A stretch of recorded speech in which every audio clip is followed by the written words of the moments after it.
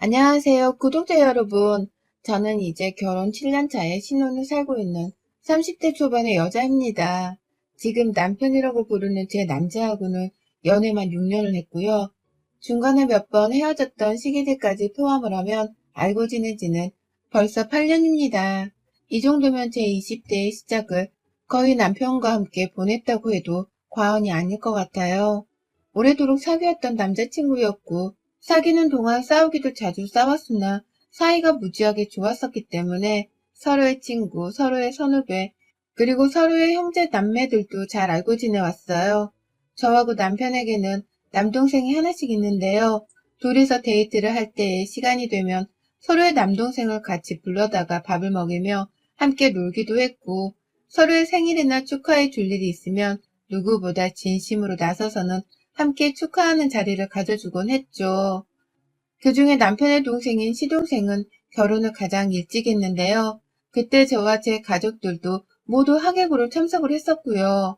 저와 제 남동생은 신랑 측의 친구로서의 자격도 있었는지라 직접 손발벗고 나서서는 시동생의 결혼식을 도왔습니다. 하객들 식권도 나눠주고 서 있고 인사하느라 힘들어하시는 시부모님께 옆에서 음료수도 가져다 드리고 하면서 말이죠. 그때 시동생도 저희 남매 덕분에 그나마 수월히 결혼식을 치를 수 있었다면서 무지하게 고마워했었고, 시부모님께서도 저를 더 예뻐라 해주셨어요. 이렇게 사귀는 동안에는 저희가 서로를 참 귀하게 여길 줄 알면서 연인으로 지냈었고, 그래서 결혼을 하던 당시에는 든든한 내 가족이 몇 사람이나 더 생기는 것이라며 아주 신나했습니다. 남들은 결혼식장에서 울고불고 난리가 난다던데 저는 그런 게 하나도 없었어요. 오히려 너무 신나고 또 오래도록 사귀어왔던 내 인생의 베프를 드디어 신랑으로 맞이한다는 생각에 그저 기뻤죠. 저희 부부가 참 신나하니까 양가 부모님께서도 그 당시엔 환하게 웃기만 하시며 저희를 진심으로 축하해 주셨습니다. 시어머니는 며느리가 언제 봐도 이렇게 밝아서 너무 좋네요. 우리 집에 딸이 생기는 것 같아 너무 기쁩니다. 라고 하면서 저희 엄마한테 제 칭찬을 아주 늘어져라 하기도 했답니다. 저는 옆에서 그 말을 들으며 어머님께도 정말 친딸처럼 잘해드릴 것을 다짐을 했어요. 그렇게 결혼을 하고 저희 부부는 신혼집을 남편이 살던 월세집에 차리게 되었습니다. 둘 다 열심히 산다고 살긴 했으나 집을 구매하기까진 조금 어려운 게 없잖아 있어서 일단은 남편이 살던 자취방에서 신혼을 시작하게 되었죠. 월세는 당연히 저랑 반반씩 나눠서 내기로 했고요. 그렇게 양가 부모님의 도움까지 받아가면서 신혼집을 차렸고요. 이제 정말 오랜 연인이랑 함께 부부로서 잘 살 일만 남았다고 생각을 하던 찰나 묘하게 뒷골이 땡기는 첫 난관이 찾아왔습니다. 제 결혼 생활의 난관 말입니다.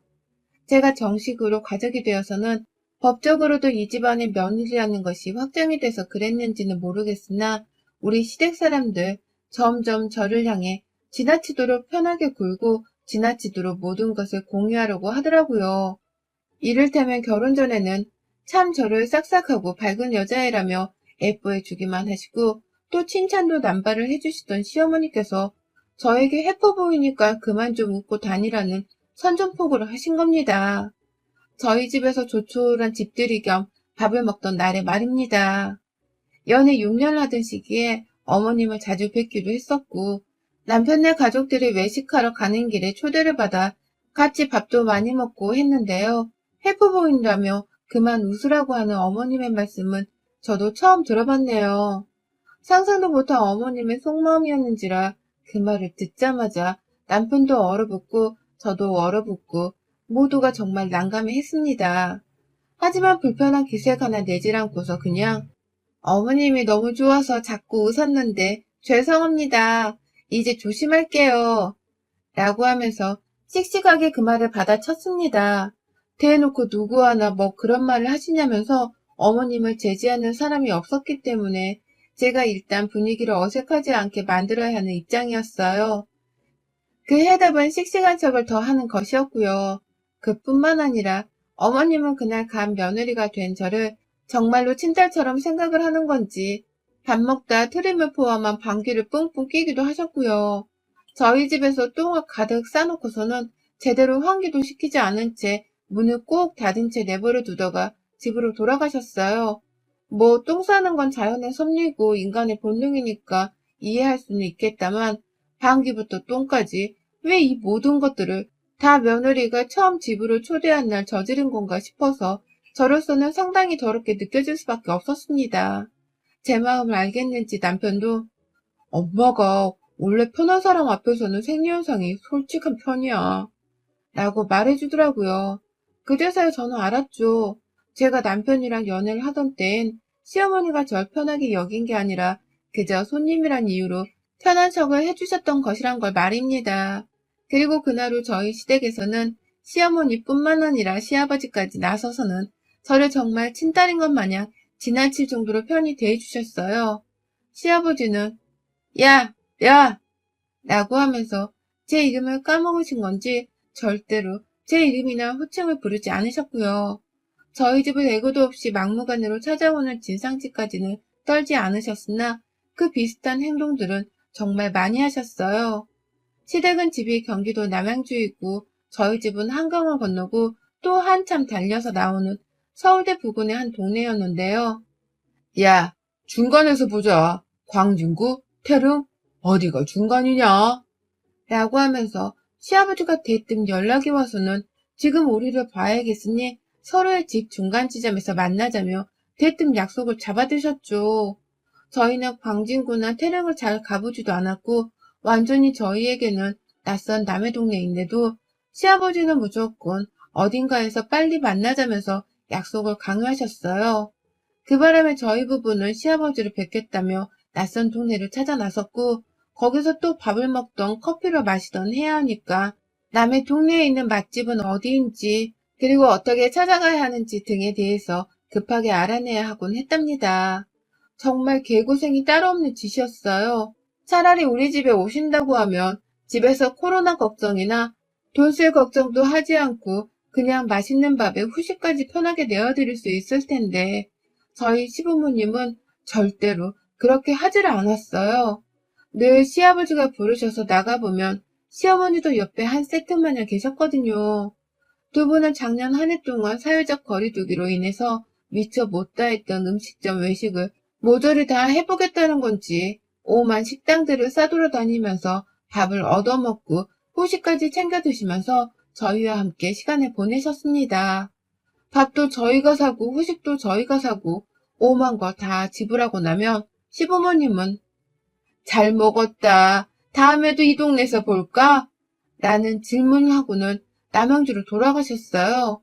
저희 부부는 이미 기가 다 빨린 상태였고 남의 동네까지 와서 우린 도대체 얼마를 쓰며 싸돌아다닌 것인가 싶은 생각에 아찔하기도 했습니다. 돈 때문이기도 했고 코로나 때문이기도 했죠. 그러다가 점점 도가 지나치게 되더니만 이번엔 시동생까지 따라 나오더라고요. 저 결혼하기 전부터 제 동생인 마냥 정말 제가 아끼던 애였는데 시동생도 제가 이 집안 며느리가 되고 나서부터는 참 거리감 있게 저를 대하더라고요. 너무 지나치게 저를 편하게 대하고 또 지나치게 자신의 비밀을 공유하려고 하는 바람에 제가 너무 불편해지기 시작했던 겁니다. 시동생은 저하고 남편이랑 겨우 한 살 차이밖에 나질 않습니다. 그런데도 결혼은 선배였기 때문에 저희보다 결혼 생활에 대해 알고 있는 게 많을 것이라고 생각을 했어요. 예를 들면 여자가 불편해하는 시댁 문제 같은 건 말입니다. 저는 시댁 식구들과 너무 오랜 시간을 알고 지냈기 때문에 1년 연애를 하고 결혼을 하게 된 동서하고는 시댁을 대하는 자세가 다를 수 있다고 생각을 했어요. 제가 아무렇지 않게 하는 걸 동서는 분명 불편해할 수 있다고 생각을 한 것이죠. 그래서 시동생이 그런 것들에 대해서 좀 더 조심할 줄 알고 자신의 와이프를 챙길 줄 아는 사람일 것이라고 생각을 했어요. 하지만 이게 웬걸?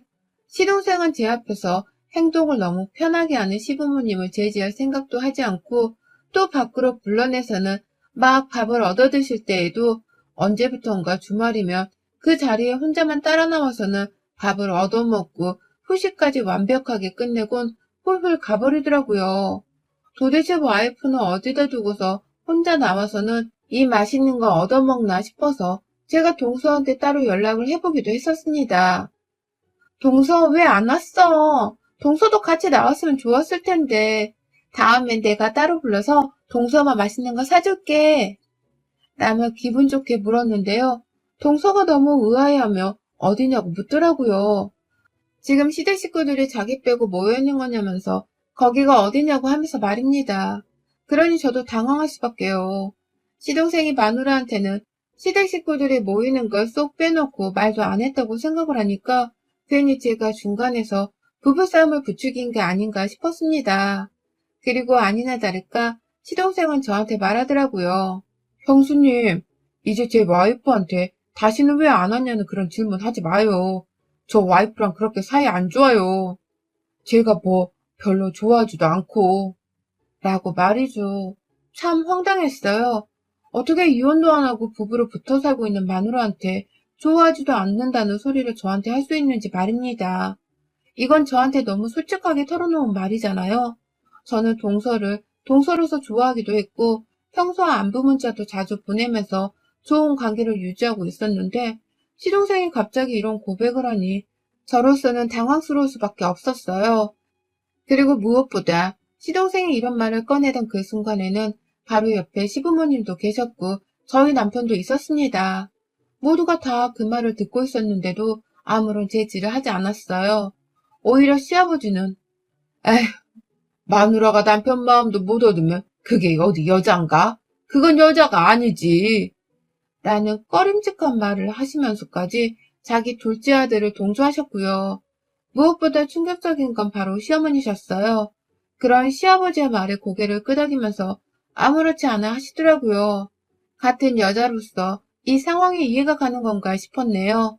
화도 났지만 그래도 1000번 이해를 하고 넘기려 했어요. 내가 모르는 두 부부 사이에 문제가 있을 수 있다고 생각을 하면서 말이죠. 하지만 저의 이런 꺼림칙감은 갈수록 배가 되어갔습니다. 갈수록 대담하고 또 솔직하게 자신의 마음을 제게 털어놓던 시동생이 급기야 바람을 피우고 만 것입니다. 그날도 역시나 시부모님이 중간 지점에서 만나 밥을 먹자고 부른 주말이었습니다. 저희 부부는 또 이번에 어딜 싸돌아다니며 시부모님을 모셔야 하나 싶어서 미리 검색을 하고 예약을 하느라 아주 정신이 없었어요. 혹여나 주말이라며 시동생이 또 따라 나오진 않을까 해서 남편은 미리 시동생한테 전화도 하더라고요. 그렇게 저희는 동서를 빼놓고 또다시 우리끼리만 모이게 되었고요. 저는 세상 불편한 이 자리가 너무 싫어서 잘 웃지도 못하다가 시동생이 핸드폰 전화를 받는다면서 잠시 밖을 나가는 겁니다. 그래서 저도 그냥 생각 없이 화장실에 다녀오겠다며 자리를 빠져나왔어요. 화장실 안에서 잠시 숨 좀 내쉬다가 다시 자리로 돌아가려 하는데 식당 유리창 너머로 시동생이 보였습니다. 저는 시동생이 전화통화를 하러 밖에 나간 줄 알았는데 글쎄 식당 밖에서 웬 여자를 만나고 있더라고요. 당연히 동서는 아니었고 웬 처음 보는 여자의 손을 잡고서는 저희 가족들이 앉아있는 방향을 계속 살펴보다가 급기야 둘이서 키스도 하고 볼도 부여잡고 아주 난리도 아닌 스킨십을 하더라고요. 분명히 다시 보고 또 봐도 시동생이었습니다. 저는 그 자리에서 바로 얼어버렸고 혹여나 시동생이 저를 볼까 싶어서 괜히 허리까지 숙인 채로 도망치듯 후다닥 자리로 돌아갔어요. 전 식당이 다 유리창으로 되어 있는데 다행히 코너마다 벽도 세워져 있고 밖에 나무도 심어져 있어서 자리에 앉아보니 시동생은 보이지 않더라고요. 아마 시동생도 그걸 잘 알고서는 사각지대 같은 곳에서 웬 여자와 스킨십을 하고 있었던 거겠죠. 한참이나 지난 후 시동생은 아무렇지 않게 자리로 돌아왔고요. 멀쩡하게 저희가 사주는 밥을 또 염치 없이 잘 받아만 먹고서는 자리에서 일어나더라고요. 먼저 가봐야 할 곳이 있다고 하면서 말이죠. 그렇게 시동생은 먼저 떠나고 시부모님은 또 잘 먹었단 말을 남기시곤 바로 남양주로 돌아가셨어요. 저는 남편이랑 집으로 돌아오는 길에 너무 기분이 묘하게 불쾌해서 아무 말을 할 수가 없었고 남편은 집에 도착을 하자마자 거실 소파에 앉혀놓고 제가 괜찮은지를 물었습니다. 남편한테 이 말을 해줘야 하는지 말아야 하는지 아니면 동서한테 내가 본 걸 바로 얘기를 해줘야 하는지 말아야 하는지에 대해서 혼자 엄청나게 고민을 하면서 집에 왔습니다. 그런데 남편이 괜찮냐고 물어보니까 남편한테 먼저 얘기를 하는 게 맞겠다 싶더라고요. 어쨌든 남편의 가족들이니까 남편이 나서서 해결을 하는 게 제가 나서는 것보다는 더 명분이 있어 보였으니까요. 그렇게 저는 남편에게 거의 술을 한 병 마신 듯이 다다닥 뱉어내며 말을 했어요. 시동생의 불륜을 목격했다는 사실뿐만 아니라 너네 가족들이 싹 다 결혼하고서 변한 것 같다는 하소연도 엄청 했네요.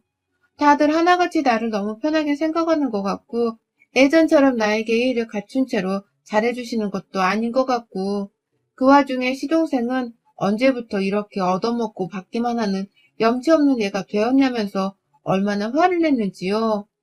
그도 모자라 동서를 안 좋아한단 말을 아무렇지 않게 뱉어내더니만 이젠 대놓고 시댁 식구들이 모이는 자리에서 불륜녀까지 끌고 와 만나냐며 행분의 도가니를 펼치냐고 아무리 이해를 하려 해도 내 상식으로는 이해가 가질 않는다며 동서도 시동생의 불륜을 알고 있냐면서 막 동서의 편을 들면서 따졌죠. 그러니 남편도 새삼 동생의 불륜에 충격을 먹은 건지 아무 말을 못하더라고요. 한참 생각을 하는 듯 말이 없더니만 자기가 다 해결을 할 테니 저한테는 아무것도 신경을 쓰지 말라고 했어요. 자기 집안일은 자기가 꼭 책임지고 해결하고 또 시동생의 분류는 반드시 뜯어 말리겠다고 약속까지 하면서 말이죠. 그렇게 저는 남편에게 털어놓은 채 모든 걸 남편에게 맡기고서 최대한 동서의 처지를 당장 신경 쓰지 않으려 했습니다. 분명 남편이 빨리 시동생의 불륜을 정리해줄 것이라고 믿었으니까요. 하지만 그로부터 정확히 한 달이 채 지나지 않았던 저번 주 예상치 못한 일이 발생하고야 말았습니다. 퇴근하고서 집에 와 있었는데 동서와 시어머니가 찾아오셨어요. 둘이서 만나서 우리 집까지 찾아올 일이 뭐가 있나 싶어서 순간 당황했다가 설마 동서가 시동생의 불륜을 알게 된 게 아닌가 싶었습니다. 그래서 저한테 자초지종을 묻거나 하소연을 하러 온 게 아닌가 싶어서 정말 후다닥 문을 열어줬어요. 그런데 가장 먼저 얼굴을 들이민 건 다름 아닌 시어머니셨습니다. 시어머니가 글쎄 내 인연? 이라는 무슨 여인천하의 전인화를 맞먹는 연년 소리를 해대면서 집구석으로 쳐들어오시는 게 아니겠어요? 그러더니 왜 이러세요? 라고 묻는 저한테 대뜸 뺨을 갈기셨습니다. 이년아, 네 시동생이 바람을 피웠으면 당장 해결을 할 생각부터 해야지. 그걸 돕고 있냐? 이 천하의 더러운 년아. 왜 네가 불륜이라도 피워봐서 네 시동생을 이해라도 해주는 거야? 그게 아니고서는 어떻게 네 시동생 불륜을 도와? 네 동서 보기 나 부끄럽지도 않냐? 라고 하면서 사정없이 제 머리채를 휘어 갈기더니만 뒤에서 갑자기 뭐가 두두두두 하는 소리가 들리대요. 저는 막 시어머니께 긴 머리채를 잡힌 채로 정신이 없어서 이것 좀 놓고 얘기하세요. 제가 불륜을 돕다니 이게 무슨 말도 안 되는 소리예요. 자초지종 좀 얘기해 주시고 머리채를 잡든 말든 하세요. 어머님 제발. 라면서 제 머리를 놓아달라고 사정을 하는 상황이었어요. 뒤에서 들리던 그 두두두 하는 소리는 결국 저를 넘지 못할 강을 넘게 만들어버렸어요. 그건 바로 시어머니가 전기 콘센트에 꽂아서는 전원을 켜버린 바리깡에서 나는 소리였어요. 시어머니가 그걸 제 머리에다가 냅다 대고 제 머리카락을 싹 밀어버린 그 순간 사람이 극도의 공포에 도달하게 되면 어떤지를 새삼 알 수 있었습니다. 너무 몸이 경직되어서는 제대로 움직일 수도 없었고요. 그냥 그대로 머리가 깎이는 처음 몇 초간 정신이 나가 있다가 뒤늦게야 돌아왔어요. 악에 받쳐 소리를 치면서 시어머니를 저한테서 떼어놓았고 순간 거실 TV에 보이는 저를 보니 머리가 반쪽은 잘려선 싹 밀려있었고요. 당신 미쳤어? 당신 아들이 저지른 불륜을 왜 나한테 난리야? 동서, 네가 어떻게 나한테 이럴 수 있어? 내가 시동생 불륜 핀 거 보자마자 동서 돕겠다고 남편한테 털어놓고 해결하라 별 난리를 다 치며 동서 편을 들었는데 너 어떻게 나한테 이래? 라며 어찌나 울었는지 몰라요. 머리는 이미 잘렸고 억울하면 아무리 말해도 소용이 없고 그 와중에 동서는 시어머니 쪽에 서서는 저를 경멸하듯 쳐다보고 있으니 화가 나 미칠 수밖에요. 그때 남편이 밖에서 소리치는 사람들 말을 듣고는 집 안에 들어왔어요. 이게 뭐야? 라고 하면서 잘린 머리채와 저를 번갈아 보던 남편은 여전히 시어머니 손에 들려있던 바리깡을 보고는 엄마 미쳤어? 엄마가 이런 거야? 라고 하면서 그걸 뺏어다가 베란다 창문으로 던져버렸습니다. 졸지에 저희 집 베란다 유리창에 금이 가버렸고 남편의 화는 제 잘린 머리카락 때문에 더욱 극대화가 되었어요. 그런데 그 후 남편이 뱉어낸 말 한마디 때문에 저뿐만 아니라 동서까지 온 식구들이 다 기겁을 하고야 말았습니다. 시어머니가 내가 뭘 어쨌다고? 너 생사람 잡지 마! 라면서 하는 말에 남편이 아무리 그래도 그렇지. 엄마가 걔 불륜을 알면서도 덮어준 걸 내 와이프한테 뒤집어 씌우려고 하면 어떡해. 내가 걔 바람핀다고 분명히 먼저 말했잖아. 와이프가 다 봤고 재수씨 걱정으로 힘들어하니까 빨리 불륜을 정리하게 하라고. 내가 분명히 말했잖아. 근데도 그걸 감싸주겠다고 못 들은 척한 건 엄마면서 왜 죄 없는 내 와이프 머리는 밀어버려서 이 난리를 피워. 라면서 시어머니의 몸을 흔들어대며 이게 무슨 짓이냐며 아주 발악을 했어요. 당장 내 와이프 머리카락을 돌려놓으라고 하면서 말이죠. 남편이 바리깡으로 엄마 머리도 밀어넣어야 사과를 할 거냐면서 던진 바리깡을 주우겠다고 욕짓거리를 해가면서 달려가니 그제서야 어머님은 아이고 그만해라 그만해라 라고 하면서 말리시더라고요. 그리고 그때 저는 동수와 눈이 마주쳤는데요. 한참을 영문을 모르겠다는 듯이 서 있다가 머리가 잘린 저를 보고서는 형님, 저 어떡해요? 제가 실수한 것 같아요. 라고 하면서 주저앉아 통곡을 하더라고요. 그리고 동서가 뱉어낸 말에 저도 이 모든 어이없고도 수치스러운 상황의 전말에 대해서 알 수 있었습니다. 저는 분명히 한 달 전쯤 시동생의 불륜을 처음 목격했고 그걸 하루빨리 바로 잡으라면서 남편에게 말을 했었잖아요. 그때 저희 남편은 실제로 시동생과 시부모님께 불륜에 대해 제가 알고 있으니 빨리 정리를 하라는 말을 실제로 건네기도 했었고요. 다만 제가 그 자리에 직접 참석을 하지 않았었는데 이제 보니 그날 시부모님은 모두 시동생의 불륜을 감싸려고만 했더라고요. 제가 본 걸 오히려 모른 척 하라는 식으로 남편에게 혼을 내는 바람에 남편도 더 이상의 방법을 찾지 못했고요. 그렇게 저한테는 대충 해결이 되었다는 식으로 자기 집안에 치부를 숨기는 거짓말을 했고 저는 그래서 다 해결이 되어가고 있는 줄 알았습니다. 그런데 이제 보니 시동생은 더 열심히 바람은 피워대고 있었고 결국 그 현장을 동서한테 들켜버렸나 보더라고요.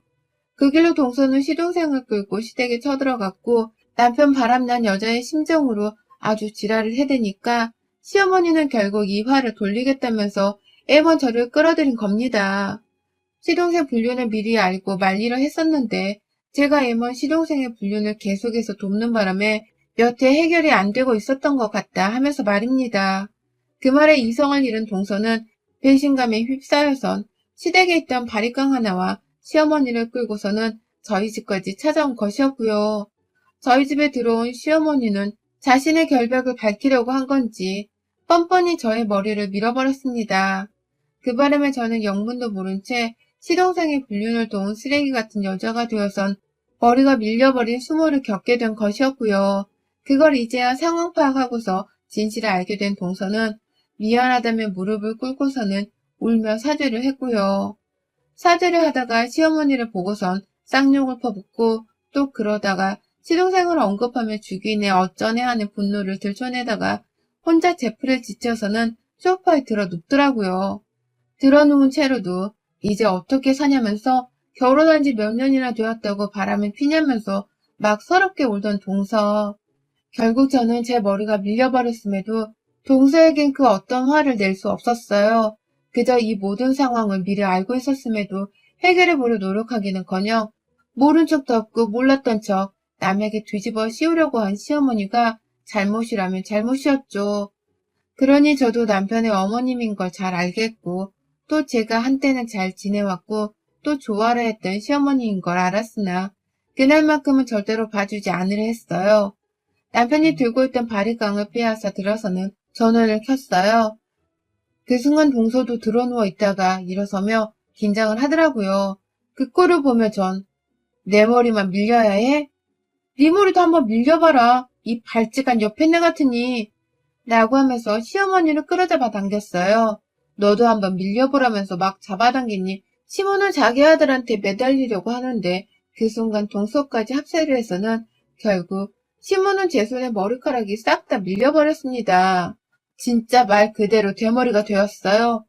그 길로 동서는 저한테 형님, 제가 얼마가 들더라도 형님 머리 꼭 원상복귀 시켜놓을게요. 가발이어도 좋고 심어도 좋으니 제가 다 해드릴게요. 저 일단 남편도 좀 조져놓고 다시 찾아봐도 돼요? 죄송해요, 형님. 라고 하면서 몇 번을 더 허리를 숙이며 사과를 하다가 집을 나섰습니다. 그 후 들리는 말에 따르면 도련님뿐만 아니라 도련님과 불륜을 피우던 여자까지도 싹 다 동서한테 고소를 당했다 하더라고요. 도련님은 동서한테 얻어맞다가 눈을 다친 건지 뭘 어쩐 건지 상의를 입혔다며 동서를 같이 고소하기도 했는데 저희 남편한테 정신 차리라며 뒤지게 얻어 터지고 나서야 그 고소를 취하했습니다. 저는 뭐 두 번 다시는 예전 같지도 않은 도련님을 보고 싶지 않다면서 시댁일에 완전히 신경을 껐고요. 또 보고 싶지 않은 건 시부모님도 마찬가지였기 때문에 일절 전화번호도 바꾸고 잠수를 타버렸어요. 시모는 머리 깎이는 겁에 질린 건지 아니면 집에서 쫓겨난 도련님 뒷바라지를 하느라 정신이 없는 건지 연락도 없고 시아버지는 며느리한테 똑같이 머리가 깎일까봐 겁이 나는 건지 너 괜찮냐? 라고 안부를 묻는 문자를 보내왔더라고요. 그 속내가 뻔히 보여서 저는 시아버지께 답장했어요. 아버님도 그 꼴나기 싫으시면 평소에 아들 관리 잘 하세요. 바람 피운 거 숨긴 어머님 아버님이 끝까지 멀쩡하실 줄 알았나 봐요. 라고 말이죠. 저는 현재 가발을 쓰고 다니고 있습니다. 머리 깎인 바로 그 며칠간은 회사 출근도 못했고요. 다행히 동서가 약속을 지켜서는 바로 가발을 몇 개나 구매해준 덕분에 불편하고 쪽팔린 걸 감수한 채 출근할 수 있게 되었네요. 이게 얼마나 오래 써야 할지, 그리고 언제쯤 내 머리카락이 다 자라는 꼴을 볼 수 있을지는 모르겠지만 지난 한 주의 일만 생각을 하면 지금도 전 오싹합니다. 제 머리카락이 잘린 건 둘째치고 내가 시어머니 머리를 삭발시켰다는 그 사실이 믿기지 않아서 말이죠. 나한테 그런 엄청난 복수심과 깡이 있었나 싶어서 스스로에게도 놀랐고요. 그와 동시에 이젠 정말로 돌이킬 수 없는 강을 걷는 듯이 저와 사이가 멀어진 시댁 식구들을 저는 더욱 멀리하면서 거리를 두고 살까 해요. 저까지 남편이랑 이혼을 할 수는 없으니 제가 이제라도 질 나쁜 시댁 식구들의 본색을 알게 된 이상 거리를 두고 사는 수밖에요. 한 번 삭발을 시켜봤으니 두 번 못할 것도 없답니다. 또 나중에 저한테 뭘 덤탱이 씌우려 하거나 골치 아프게 하는 일이 있으면 그땐 진짜 바리깡이고 가이고 바리바리 싸들어 반격하고 말 거예요. 여러분의 생각은 댓글로 남겨주세요. 오늘도 시청해주셔서 정말 감사합니다.